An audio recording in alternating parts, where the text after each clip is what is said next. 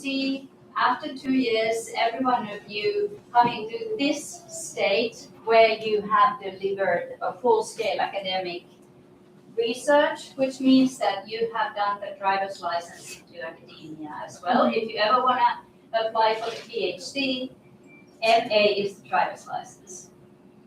And because Karen is keenly watching us on the video back at home, as sick, I want us all to wish her, first of all, to the camera over there, get well soon. 1, 2, 3. Get well soon, Karen. We totally screwed up here. We couldn't know the tech without you. But finally, we can start our evening. And how it goes, we will have each of the professors introduce their students. And I will call the professor with the student in.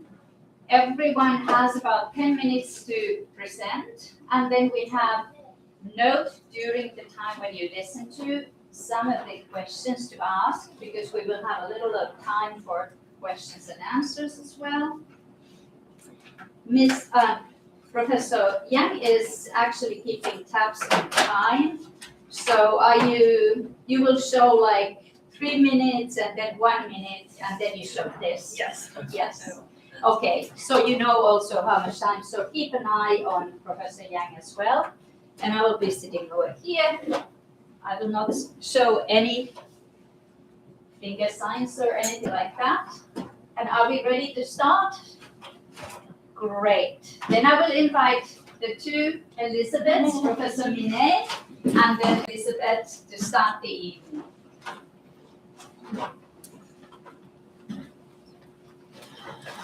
All right, so it is my pleasure to introduce Elizabeth Moy. Elizabeth is presenting her Capstone project today, which offers insights into increasing professor engagement through gameplay. Throughout her time as a student, she really has demonstrated an incredibly strong research mind and also precision and dedication to crafting this project that I think you really see from the highest caliber of students. I was so very honored to work with Elizabeth. I am confident that you will find her project both thoughtful and well executed. So please join me in welcoming Elizabeth Moy.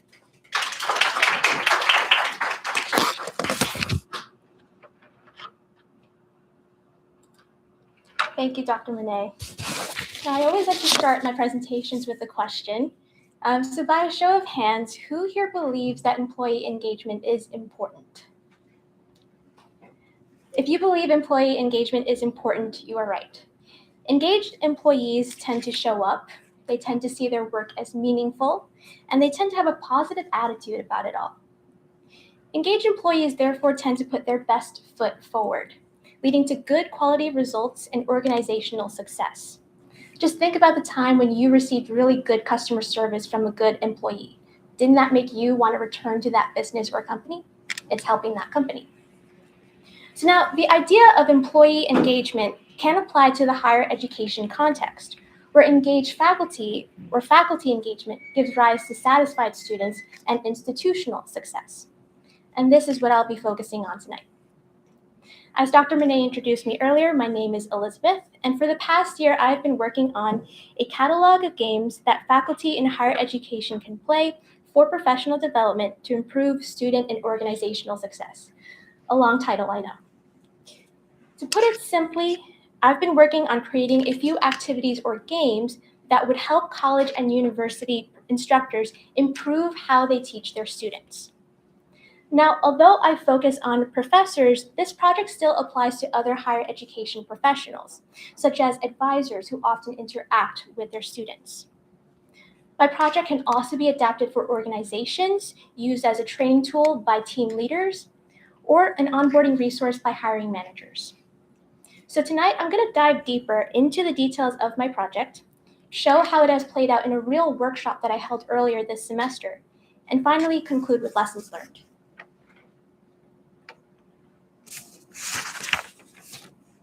So this project was necessary because studies have shown that faculty engagement has been on a decline.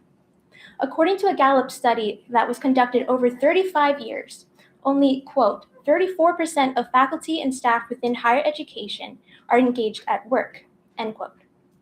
So this may be due to factors like burnout or increased responsibilities that's nothing to do with teaching or researching, or it could be commitment to multiple jobs. Colleges and universities have tried to address low faculty engagement by offering professional development to help faculty feel more supported and more equipped to do their work as instructors.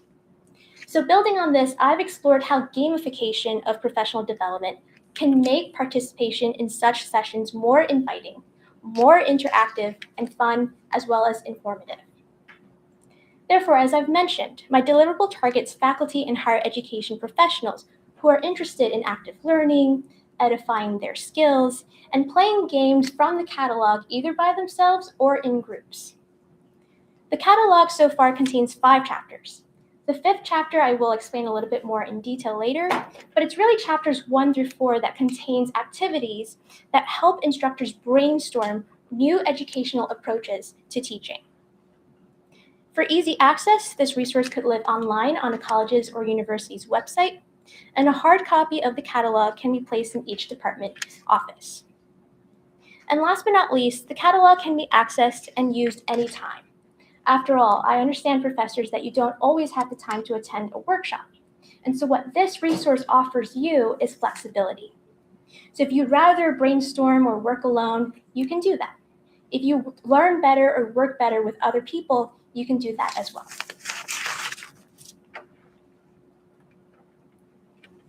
Now, what are some examples of the activities or games in the deliverable? Well, in chapter 1 of the catalog, for instance, participants learn and internalize their institution's mission, vision, and value statements through competition and repetition. As we've learned in the program, the mission, vision, and value statements are important to help us orient how we think and approach our work. Chapter 2 of the catalog, participants brainstorm ideas to appeal to students with different learning methods. So for instance, visuals, audio, or hands-on activities, because not everyone learns the same way.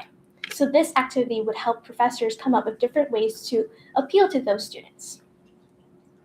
Chapter 3 focuses on developing active learning activities by encouraging participants to challenge one another's ideas.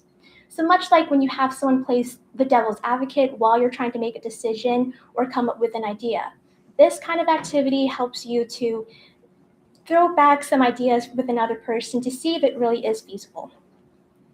And as another example,